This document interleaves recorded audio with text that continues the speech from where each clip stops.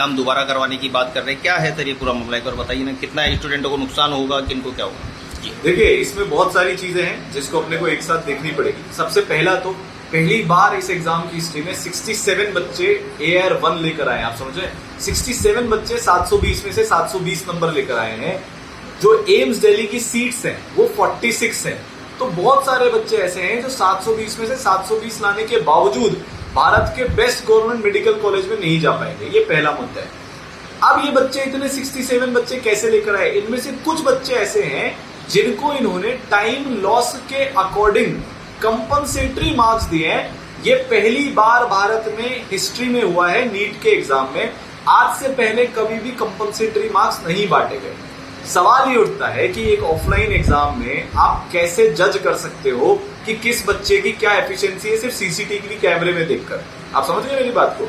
ये impossible to जज है जो इन्होंने जज कर लिया और 1563 बच्चों को कॉम्पनसेटरी मार्क्स दे दिए।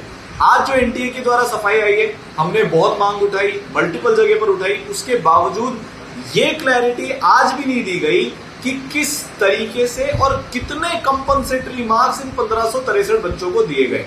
तो एनटीए बिल्कुल नॉन ट्रांसपेरेंट तरीके से इसमें चल रहा है। तीसरी जो गड़बड़ है, पटना में पेपर लीक हुआ, एफआईआर वहां पर दर्ज है। साफ साफ ये उसमें दिख रहा है कि 4 तारीख को बच्चों के पास पेपर था जिसमें उनको क्वेश्चंस रटाए गए, उसके आंसर रटाए गए और वो अगले दिन पेपर में गए।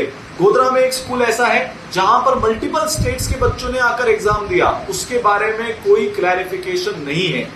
इस सब से हुआ ये कि जहां पर पिछली बार 600 नंबर पर, आप ध्यान दीजिएगा इस डेटा को, 600 नंबर पर पिछले साल जहां 27,000 28,000 रैंक आती थी, इस साल उसी नंबर पर 80,000 रैंक आई है।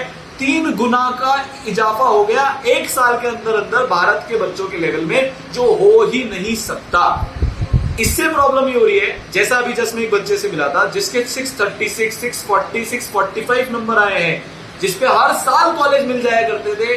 इतने मेहनत करने वाले बच्चों को, ऑनेस्टी के साथ एग्जाम देने वाले बच्चों को इस साल कॉलेज नहीं मिलेगा। तो कम से कम 40-50 हजार बच्चों का ये डायरेक्टली नुकसान है।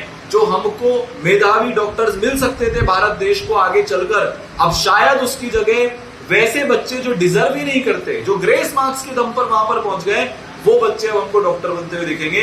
तो ये हमारी मेडिकल सुविधा के लिए बहुत बड़ा आघात है। और ये सिर्फ आज की बात नहीं है, आगे जाकर आप सोचिए जब इतने सारे डॉक्टर्स गलत तरीके से डॉक्टर बनेंगे तो क्या अंजाम होगा इस देश का। सर क्या होना चाहिए, परीक्षा दोबारा होनी चाहिए या क्या? अब देखिए, तो माननीय सुप्रीम कोर्ट में मामला चल रहा है, तो ये तो सुप्रीम कोर्ट ही डिसाइड कर सकता है। हमने अपनी दलीलें रख दी है वहां पर, हम जितना कर सकते हैं उतना कर रहे हैं। बच्चों के माध्यम से केसेस दायर कर रहे हैं अलग अलग हाई कोर्ट में और सुप्रीम कोर्ट में जाकर। तो देखिए, 2015 में रीनीट एक बार हो चुका है हमारे पास, जो सबसे रिसेंट एग्जांपल है, क्योंकि उसमें पेपर लीक प्रूव हो गया था।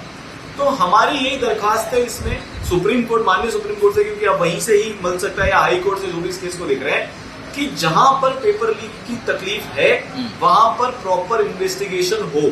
और दूसरा, ये जो ग्रेस मार्क्स पर क्लैरिटी एनटीए नहीं दे रहा है, जिसका सबसे ज्यादा आक्रोश है, आज भारत भर में सबसे ज्यादा आक्रोश बच्चों में इसी चीज का है कि आपने कैसे टाइम के लॉस के चक्कर में बच्चों को नंबर बांट दिए।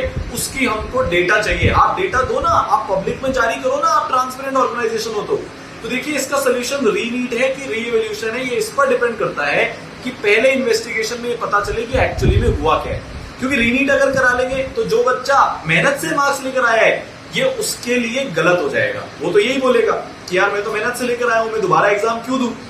और अगर सिर्फ रीइवैल्यूएशन होता है तो ये उनके साथ धोखा हो जाएगा जो 630, 640 के बावजूद कॉलेज नहीं लेकर आ पा रहे। तो पहले इन्वेस्टिगेशन होगा, कारण पता चलेगा, उसके बाद इसका सोल्यूशन निकलेगा।